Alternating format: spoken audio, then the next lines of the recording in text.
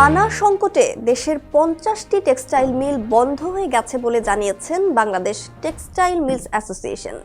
নিজের একটি cotton mill বন্ধ হয়ে গেছে উল্লেখ করে নিজেও টেক্সটাইলবিহীন সভাপতি হয়ে যেতে পারেন বলে উদ্বেগ প্রকাশ করেন তিনি।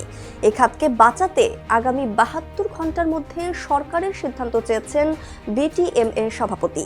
তিনি জানান, প্রায় 50টি সুতাকলও বন্ধ হয়ে গেছে।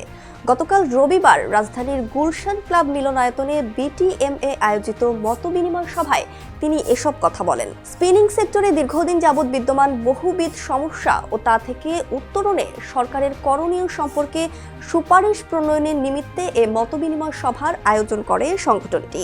এখন ব্যবসায় সংকট, অর্থনীতিতে সংকট, রাজনীতিতে সংকট।